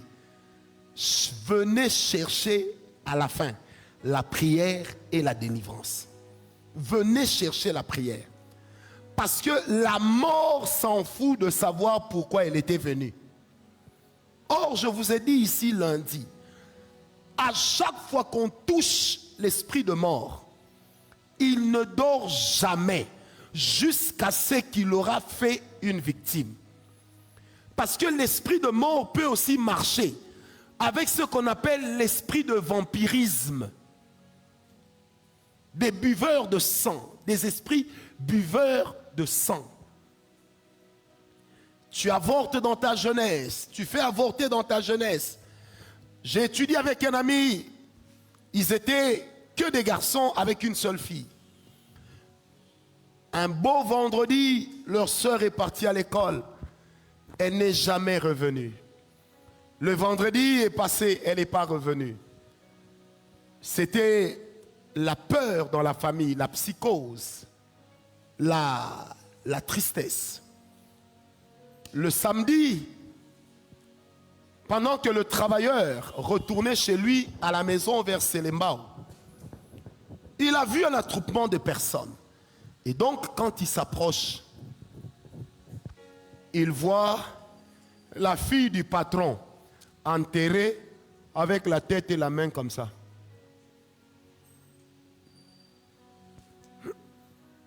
Quelqu'un m'a compris. Donc c'est l'eau de pluie qui a déterré la tête. Vous savez pourquoi des fois certaines femmes meurent pendant l'avortement? Parce qu'ils ont des enfants solides qui s'accrochent et qui les emportent. Elle a fait l'avortement chez un spécialiste, mais l'enfant s'accroche. Si vous allez sur internet, vous tapez seulement The Silent Scream. C'est un documentaire qui a été tourné, qui existe depuis belle lurette. Là-dedans, on montre comment une femme, on lui introduit des bistouris ou des histoires pour enlever la grossesse, pour écraser l'enfant. Et on voit au microscope ou à l'échographie, je ne sais pas, comment l'enfant est en train d'éviter. Qui lui a dit qu'on est en train de le tuer? L'instinct. Où vit l'instinct? Dans l'esprit. Ça veut dire que l'enfant est déjà un esprit. J'ai une amie, elle est allée avorter. Première fois, ça n'a pas marché. Deuxième fois, ça n'a pas marché. Troisième fois, le médecin lui a dit, maman, si on continue, tu vas mourir. Cet enfant ne veut pas partir. Si on continue, il va partir avec toi. C'est comme ça qu'il est de ces enfants qui font rater les interventions d'avortement et qui finissent par entraîner la vie de leurs parents. Et s'ils peuvent tuer directement la mère, ils peuvent tuer l'intelligence du père. Ils peuvent emporter des choses que le père a. Bien-aimés, je félicite les filles. Une fille, quand elle commet son impudicité, qu'elle assume aussi sa grossesse. Vous savez, dans l'église, des fois nous jugeons les gens. Il y a des personnes ici que nous croyons vierges parce qu'elles n'ont pas d'enfants. Il y en a qui sont plus impudiques que celles qui ont des enfants. Même moi ici, j'ai des tantes et des grand-mères. Est-ce que quelqu'un m'a compris? C'est-à-dire, il y a des gens, on croit qu'il est bien parce qu'il n'a pas laissé la grossesse évoluer. Est-ce que quelqu'un m'a compris? Je prie Dieu ce soir que le sang qui te réclame, comme le sang d'Abel, te lâche et te libère. Alors maintenant, le danger d'un chrétien qui avorte, c'est lequel? C'est que quand nous sommes en Christ, nous sommes lavés par le sang de l'agneau. Alléluia. Et quand j'avorte, je me couvre du sang de l'enfant. Quel est le sang qui est venu avant? Celui de Christ. Quel est le sang qui va se retrouver au-dessus? en raisonnant d'une manière terre à terre. C'est le sang de qui? De l'enfant. Kabeï, quand on est dans le sacerdoce, on n'épouse pas une femme qui a avorté alors qu'elle a déjà reçu Jésus. Elle est porteuse d'une malédiction qui souille le sacerdoce. Est-ce que vous m'avez compris? En prenant une femme pareille, c'est comme si tu te rapproches d'un cadavre. En période sacerdotale, tu deviendras impur. Est-ce que quelqu'un m'a compris? Ce sont des principes spirituels. Alors quand vous aussi les chrétiennes, les chrétiens, vous avortez ou faites avorter, et quand on dit prions, écoute comment tu parles en langue, en chaîne.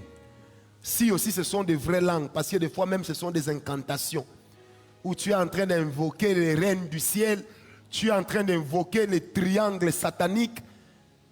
Je prie Dieu ce soir au nom de Jésus, que Dieu sépare ton âme des morts. Mais heureusement qu'en Christ, il y a une possibilité de revivre. Avec une repentance sincère, tu revivras. Vous savez, beaucoup de pasteurs, quand leur fille tombe enceinte, au nom de la réputation du ministère, ils ont l'habitude de les faire avorter. C'est un crime. Bien-aimé, Dieu ne peut pas se satisfaire là où sa loi est violée. Qui m'a donné un amen bien? Alors n'oubliez pas que le sang d'un enfant qui meurt accuse les parents. Vous savez, quand vous lisez Nombre 35, Nombre 35, versets 16 à 19, la Bible parle de vengeurs de sang. La Bible parle des villes, des refuges. La Bible dit que si quelqu'un tue un autre, s'il croise le vengeur de sang, il lui donnera la mort. Et donc le vengeur de sang dans la loi de Moïse, c'était des personnes qui en assumaient la fonction. Mais aujourd'hui, ce sont des esprits qui en assument la fonction. Tu as fait couler le sang, tu croiseras le vengeur de sang. Et le vengeur de sang peut te tuer. Tout comme il peut tuer tes affaires. Il peut tuer tout ce que tu fais. Qui m'a donné un amen? Je disais, qui m'a donné un amen? C'est quand je parle comme ça, il y a certaines personnes qui se regardent et se disent, qu'est-ce qu'il raconte celui-là? Ce que je raconte, c'est ce que tu entends. Fais attention aux vengeurs de sang. Vous savez, le problème avec une vengeance spirituelle, c'est que ça peut t'atteindre au moment où tu t'y attends le moins. Ma soeur, j'assume ce que j'ai dit. Si ton mari doit divorcer de toi parce que tu refuses d'avorter à cause de la parole de Dieu, tu accomplis un acte de noblesse. Et Dieu est avec toi. Mais s'il faut que tu avortes pour faire plaisir à ton mari, Dieu n'est pas avec toi. Ton mari n'est pas plus grand que Dieu. Le mariage n'est pas plus important que le royaume des cieux. Du reste, celui qui nous donne le mariage est lui-même célibataire. Qui m'a donné un amen? Dis un peu à ton voisin, le mariage, ce n'est pas la fin du monde. Dis-lui ça, ce n'est pas la fin du monde. Il faut même bouger la tête, ce n'est pas la fin du monde. Ce n'est pas parce que tu es marié que tu es terrible, non. Nous, on pensait que quand quelqu'un s'est marié, il ne serait plus impudique. On s'est seulement rendu compte qu'il a cessé d'être impudique. Il est devenu adultère. Amen, amen. Bien aimé, quand nous sommes chrétiens, chrétiennes, il est de ces choses auxquelles on doit apprendre à dire non. Vous savez, ma femme était enceinte de notre dernier enfant. Ça s'est passé ici au clinique Ngaliema. Je l'ai déposé pour un contrôle. Et puis après, je vois mon téléphone sonner. Je prends, elle me dit, écoute, il y a un souci, est-ce que tu sais revenir? Quand je suis revenu, le médecin m'a dit, monsieur, il y a un problème avec votre femme. J'ai dit, lequel? Elle me dit, là où la grossesse se développe, il y a une masse à côté qui menace l'enfant et la mère.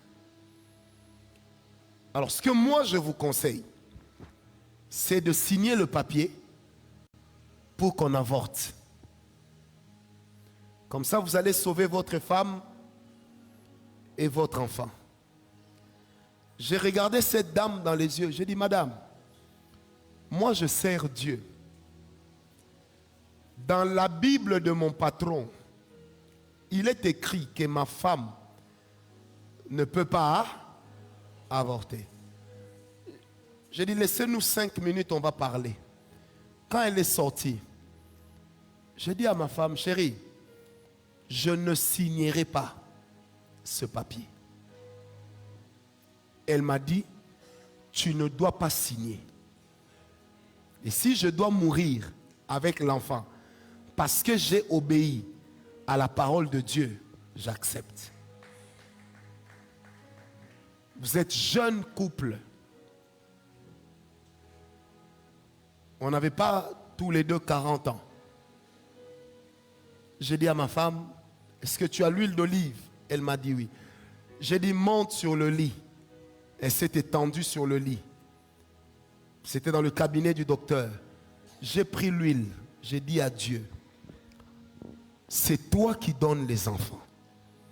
Et la Bible dit qu'un fils est un don de l'Éternel.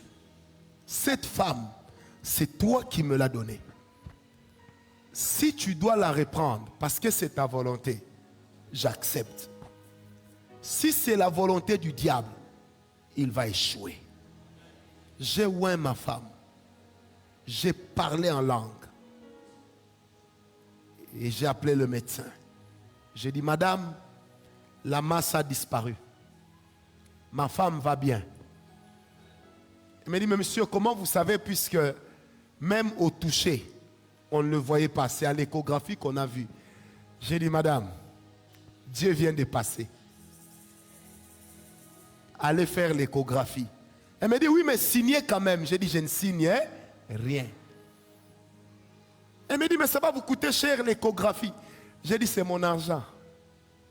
À l'époque, ça coûtait, je crois, $80. On l'a amené à l'échographie. Quand les résultats sont sortis, effectivement, la masse avait disparu. Amen, amen. Et donc, cet enfant a aujourd'hui 13 ans et 2 mois. Il mange, il boit, il parle. Si j'avais écouté le médecin, j'aurais tué une destinée. Et d'ailleurs, j'ai un témoignage. Une de mes filles ici, aujourd'hui nous sommes quel jour? Jeudi. Lundi, elle est venue me voir au bureau. Elle me dit, je suis enceinte. Mais on m'a dit que l'un des enfants dans mon ventre est mort. Donc vous imaginez la suite, curetage. J'ai prié, j'ai dit non. Moi j'ai pris, va dans un autre hôpital. Mardi, elle m'appelle ou elle m'écrit pour dire non, on n'a pas eu les résultats. Mercredi, pas de résultats. Aujourd'hui, elle m'a amené les résultats bien fermés. J'ai ouvert, j'ai dit, tu vois que les enfants sont vivants.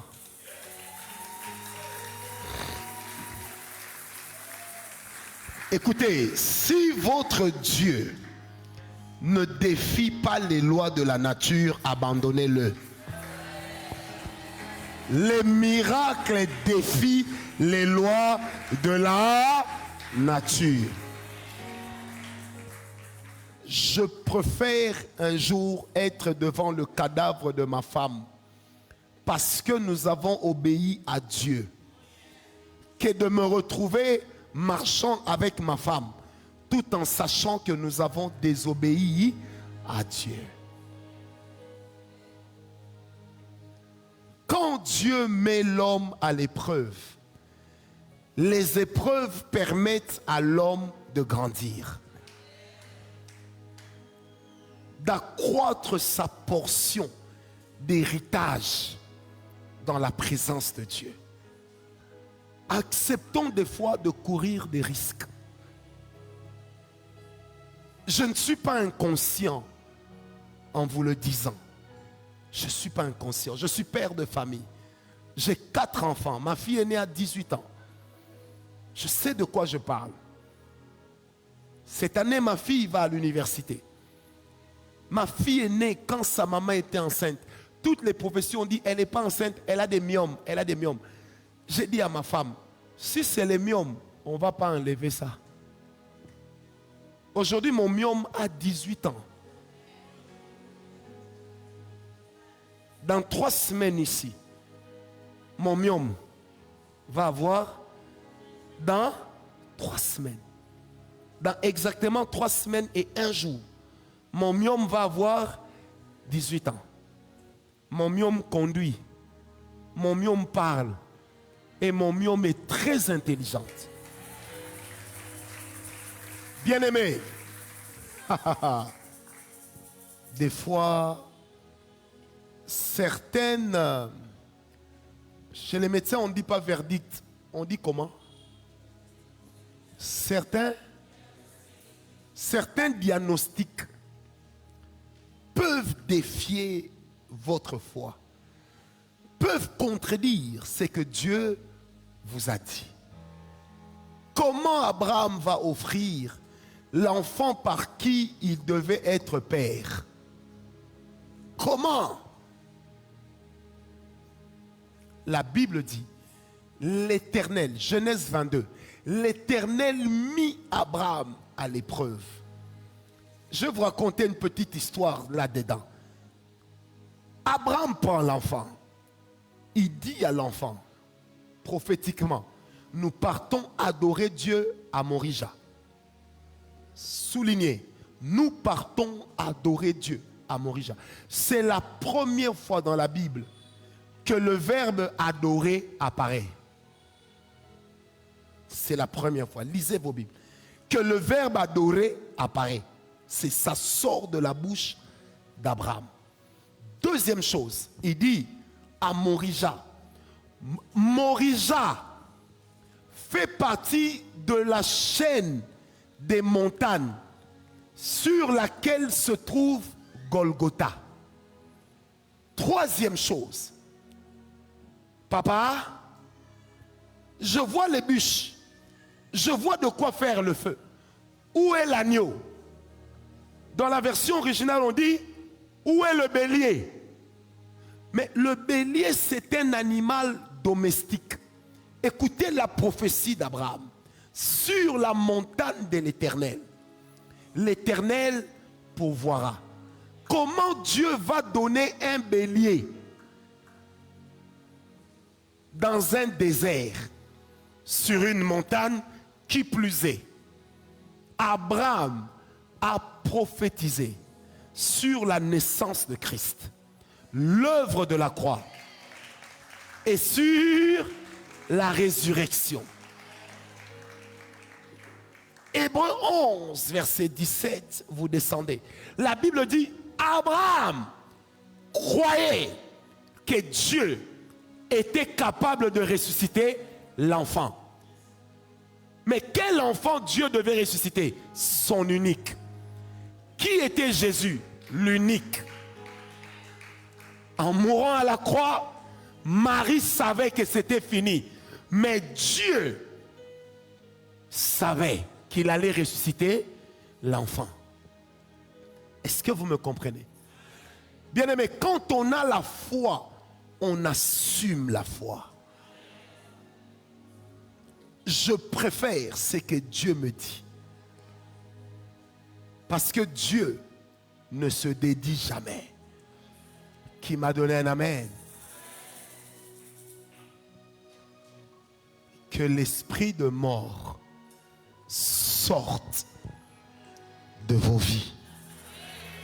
Est-ce que vous me donnez encore 5 minutes? Faites circuler les paniers des offrandes.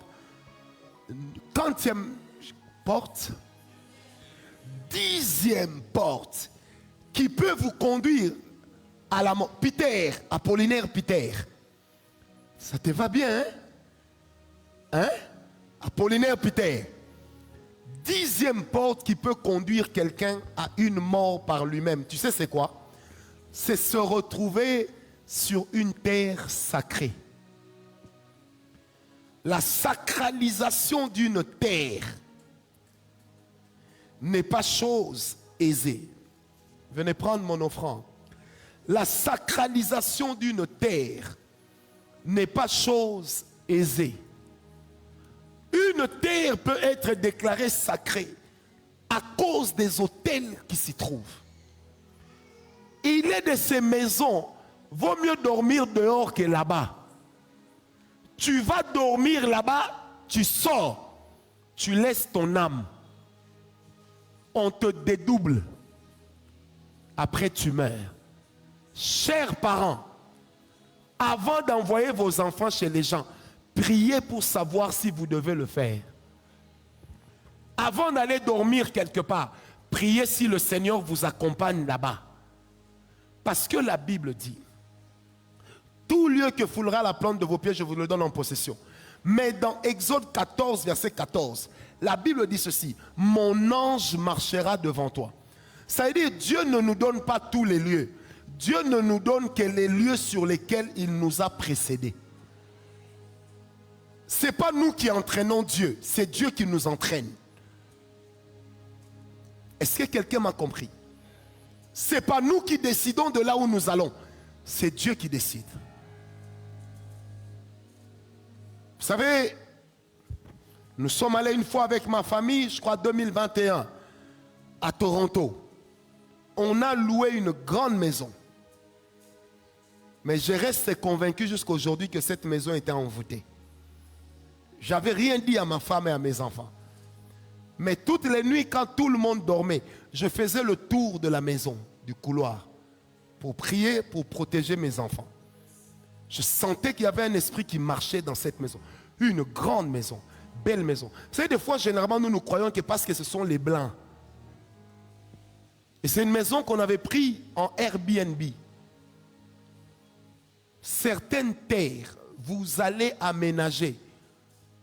En sortant, vous risquerez de laisser un enfant. Vous risquerez d'enterrer un enfant.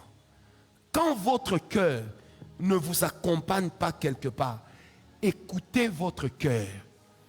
Parce que la lampe du Seigneur s'allume dans le cœur.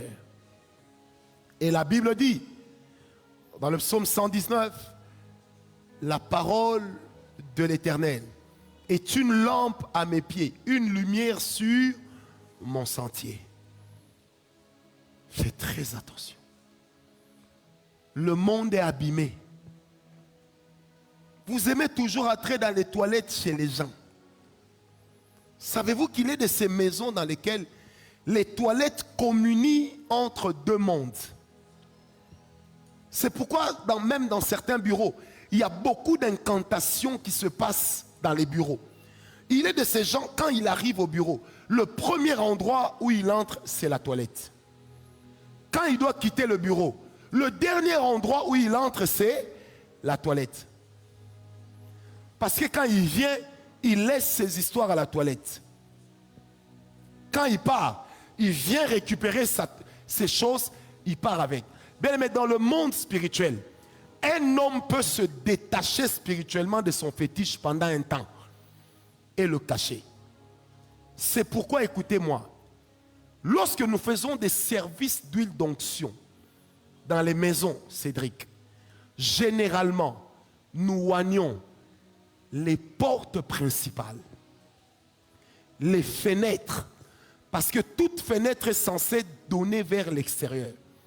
Nous oignons la chambre principale qu'on appelle la chambre des parents. Nous oignons aussi le living room, ça veut dire le salon. Et généralement, nous le oignons au milieu.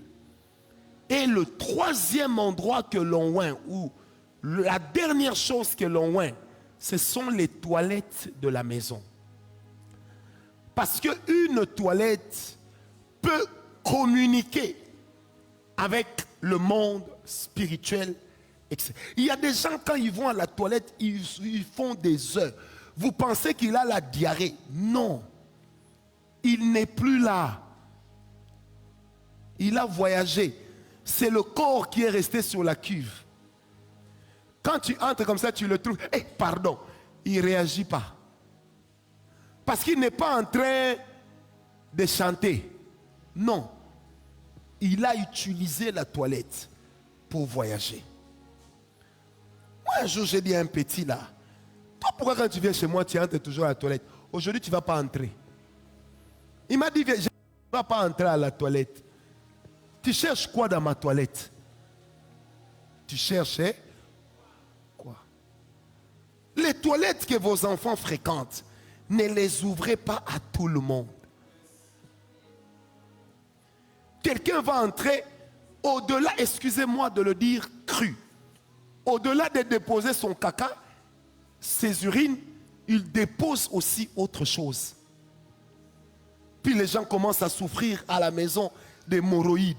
Vous voyez des jeunes gens de 19 ans, de 25 ans, hémorroïdés. Ils commencent à marcher comme de la pente. Est-ce que vous me comprenez? Bien-aimés, le monde est foutu. C'est pourquoi quand les gens viennent chez vous, il faut les observer. Il y en a même d'autres, tu vas chez lui, tout de suite tu te dis, tu ne vas pas aller à la toilette. Tu ne vas pas aller à la toilette. Oh, ça te regarde. Je suis maître de mon besoin. C'est pourquoi des fois je regrette de ne plus être petit. Parce que les coins des avenues, ça vu défiler bien des urines. Sans envoûtement. C'est quelqu'un m'a compris. Amen, amen. Même quand on dit Epeki Sami, mais...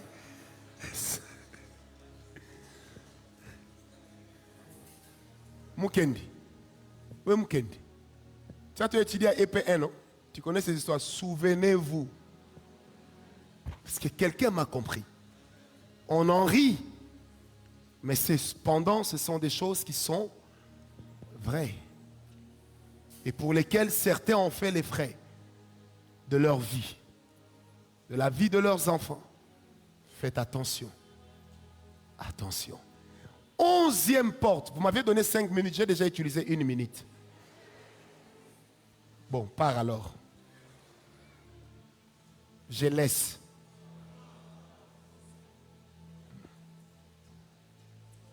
Onzième porte. Je parle seulement à cause des Bachane. Est-ce qu'on peut continuer? Il y a des gens qui ont été tués, qui sont morts, à cause de ce qu'ils ont vu. Il ne faut pas tout voir. Les grandes personnes se lavent et toi tu deviens biologiste. Attention. Tu vas chez tes cousins, ils ont une chambre noire, là où personne n'entre. Bien-aimé, respecte l'intimité des gens. Tu vas aller voir là-bas, tout ce que tu vois, c'est une chaise, en face c'est un miroir. Puis tu te dis, miroir, chaise, ça sert à quoi? Mais ce miroir-là, c'est ça qui lui permet d'entrer dans le monde pandémonium. Est-ce que tu me comprends? Donc il y a des choses qu'on ne voit pas. Je racontais à maman Michou l'autre fois comment une femme puissante, mari puissant, les deux sont morts. Pourquoi? Le mari a dit à sa femme, chérie, n'entre jamais dans cette chambre. Et donc ils étaient assis au salon en train de parler. La femme va dans la chambre. Quelque chose lui dit, ouvre cette porte-là. Quand elle ouvre la porte pour la première fois, une maison qui a plus de 24 chambres, mais elle est seulement allée ouvrir là-bas, elle aussi. Elle trouve le mari qu'elle a laissé au salon, assis sur un cercueil, comme ça. Quand elle voit, il y a des oiseaux noirs qui sortent. Elle ferme la porte. Quand elle se retourne, son mari la regarde et dit, chérie, tu nous as tués. Tu nous as tués. Tu nous as tués. Quelqu'un ici sait de qui je parle. Tu nous as tués. La dame a commencé à tomber malade. Cancer de ceci, cancer de cela, cancer de ceci, cancer de cela, tension, machin. À un moment, comme ils croyaient au fétiche, ils vont voir le féticheur. Le féticheur dit au papa de la fille, au point où on en est arrivé, elle a vu ce qu'il ne fallait pas. Il faut sacrifier 15 personnes. Mais ces 15 personnes doivent avoir le même sang qu'elle. Le papa avait 18 enfants. Il s'est dit, vaut mieux qu'un meure pour tous. Hein? Quand on se tourne vers le mari, toi tu n'as pas 18 personnes à donner. Le mari dit, moi-même que vous voyez ici, je suis déjà mort. Et quand cette femme va mourir, vous sentez que même les obsèques étaient hautement spirituelles. Que c'était comme une âme qu'on a emprisonnée quelque part. Quelques mois après, son mari est décédé. Pourquoi? Vous savez, quand en français on dit une curiosité mal placée et mauvaise, croyez-moi que c'est vrai. N'amenez pas vos yeux à tout voir. Quand on te dit pas là-bas, ne viens pas au nom de Jésus. Ouvrir la porte des gens. Tu vas ouvrir au nom de Jésus. Tu entends, on te répond aussi à l'intérieur. Au nom de Jésus. Hein? Attends, tu vas voir.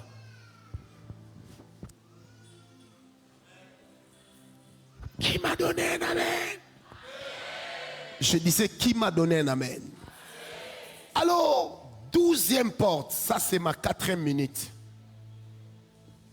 12e chose très sensible. Vous allez remarquer qu'il y a de plus en plus de livres qu'on vend au marché. Généralement, dans lesquels on écrit à la fin, répétez cette prière avec moi. Hein? Moi, je n'aime pas ces livres-là.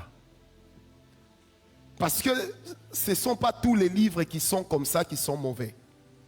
Mais dans l'art d'initier les gens à la sorcellerie, à l'occultisme, c'est le même modus operandi. Répétez après moi. Vous allez répéter certaines prières. Ô astre des lumières, apparais-moi. Ange du ciel, viens. Azraël, viens. Et puis toi aussi tu répètes, et tu échappes, tu écorches une parole.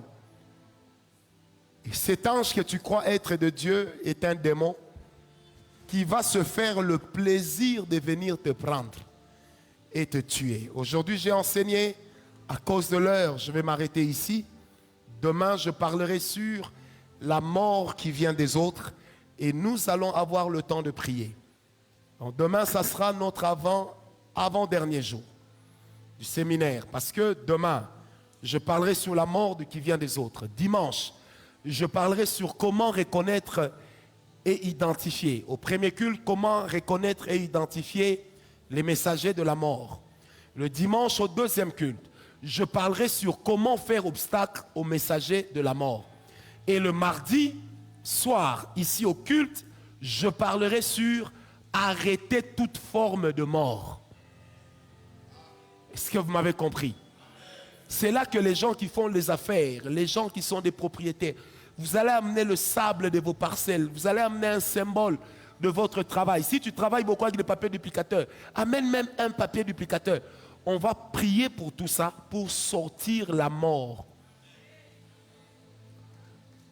Ton mari ne t'aime plus, ta femme ne t'aime plus, ne te désire plus. Tu vas amener ton alliance. On va prier pour ça. Moi, je n'amènerai pas mon alliance parce que ma femme m'aime.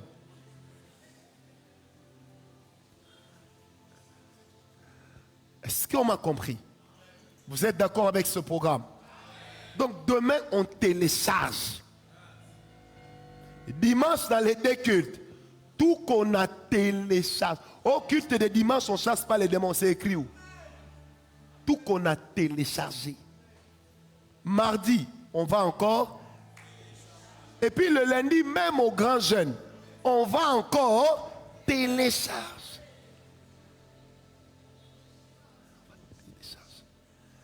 Donc le mardi là, quand on va terminer, nous tous on sera souples.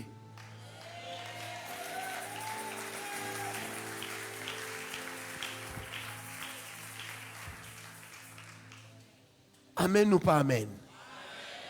Dis à ton voisin, si tu fuis, tu as un problème. Peut-être aussi que c'est l'esprit de mort qui te fait fuir, hein? Pour ne pas qu'on le chasse. Hein? Vous savez que l'esprit de mort peut aussi te faire fuir le culte, il sait qu'on va les chasser. Vous ne savez pas ça? Ça existe. Voilà, j'ai débordé de 2 minutes. Que Dieu vous bénisse. Levez votre main droite. Seigneur Dieu, nous avons reçu les offrandes, les dîmes, les actions de grâce. Je prie que tu bénisses l'église entière qui a donné. Que tu bénisses ceux qui, en ligne, ont participé aussi à ton œuvre au travers de leurs offrandes et de leurs dîmes. Je te prie, Seigneur, pas seul, mais avec le Saint-Esprit, que ta grâce nous raccompagne dans nos maisons, que ta main veille sur nous, que tout péché, ces 12 portes que j'ai citées, soient fermées. Que celui qui vivait dans l'impudicité, dans la légèreté, sorte de cela au nom de Jésus. Père, nous refusons les cadeaux empoisonnés. Nous refusons les chevaux de Troie. Au nom de Jésus. Au nom de Jésus. Au nom de Jésus. Au nom de Jésus. Père, merci pour ta compassion. C'est dans le nom de Jésus que nous avons prié. Amen. Que Dieu amener les habits, vous pouvez amener ces choses. Nous allons prier sur ça. Même sur vos enfants, vous allez les laisser dormir avec les pyjamas, des choses comme ça. Si vous sentez qu'il y a un esprit de mort qui dérange votre femme, elle a des nuits agitées, vous-même vous avez des nuits agitées, amenez même vos draps. Vos enfants ont des nuits agitées, amenez même leurs pyjamas, leurs draps, leurs sous-vêtements.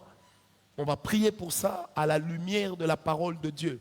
Ça servira de point de contact. Est-ce que quelqu'un est d'accord avec moi? Je disais, est-ce que quelqu'un est d'accord avec moi? Alors, le même mardi, je sais que ça fait beaucoup. On va prier aussi avec les huiles d'onction. Je crois que la sœur Jenny m'avait dit qu'il y a des bouteilles d'huile ici. On va prier avec des huiles. Je vais juste vous dire comment vous allez utiliser. Non, ça moi-même je vais rentrer avec.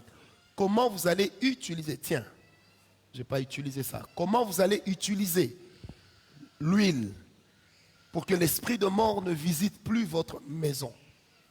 Amen, amen.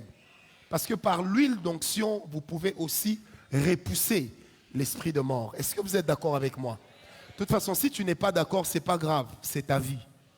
Que Dieu te bénisse et bonsoir.